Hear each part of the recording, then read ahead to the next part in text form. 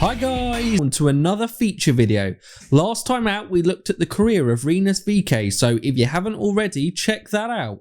But in today's video, it's time for part 2 of our history of IndyCar. That's right, in part 1 we left you at the end of 1955 when the American Automobile Association relinquished their control of the sport after the tragic 1955 Le Mans crash. We now will look at the period between 1956 and 1979 under the administration of the United States Auto Club, which saw many changes to the face of IndyCar. Though at the start, much stayed the same, as it had done under the American Automobile Association to ensure a smooth transition between the governing bodies, and no surprise that the first race held by the USAC was the 1956 Indy 500, which was won by Pat Flaherty in his John Zink special, and as mentioned in part 1, this was also the year of the return of the winner drinking milk, which has happened in every year since. A crucial early change that was made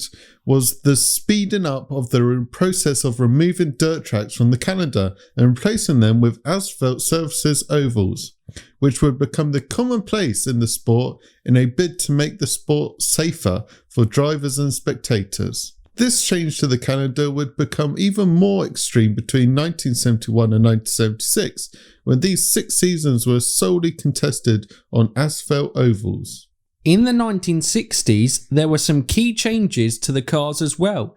In 1965, famous British driver Jim Clark made history in the Indy 500, being the first winner to have a rear-mounted engine in his Lotus Ford, which was the final push to make this the norm in IndyCar, as the balance made the cars more drivable with better handling that meant that overall they were also quicker. The full story behind how rear-mounted engines became commonplace in IndyCar is an interesting one, so if you'd like a separate video on that, let us know in the comments below. Jump forward into the 1970s and another technical innovation became commonplace, with front and rear wings. In 1969, the first front and rear wings appeared in IndyCar. 2 years later, at 1971 Indy 500, the idea was flirted with by several cars, but in 1972 it became essential for the entire field, and Mark Donohue won the Indy 500 in his Sunoco McLaren M16 Special, and they've been commonplace ever since. This period also saw a field of IndyCar legends compete across the series.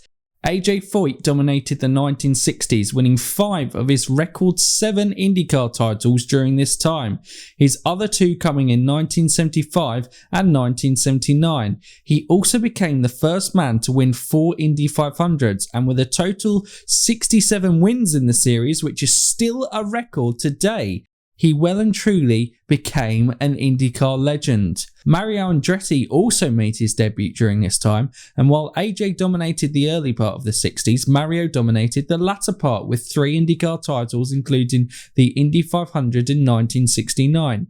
He would win a 4th title in 1984. With 52 wins to his name, he sits second behind AJ on the all-time wins list, and with 67 pole positions, is the outright best pole setter in IndyCar history. The Unser name also became a household name in this period, with Al and Bobby Unser getting a collective 3 IndyCar titles and 5 Indy 500 wins between them. Bobby had 2 titles to Al's 1, and Bobby had 2 Indy 500s to Al's 3. With Al being a back-to-back winner in 1970 and 1971, they would both secure a further Indy 500 in the 80s, leading Al Unser to equal AJ's record of 4 Indy 500s. During this period, the first visits to Europe were made on the IndyCar calendar, with a race on the Monza Oval in 1957 being the first. It never really took off in Europe, however, and this is epitomised by the 2 races held in England in 1978, one at Brands Hatch and the other at Silverstone. The events failed and kept IndyCar in the United States. As mentioned earlier, dirt tracks were reduced and then removed completely from the calendar. One interesting dirt track was the hill climb of Pikes Peak. The 20-kilometre race with 156 corners was the first held in 1916 and made its main appearance at IndyCar between 1946 and 1969, where it was held on and off as a point-scoring round.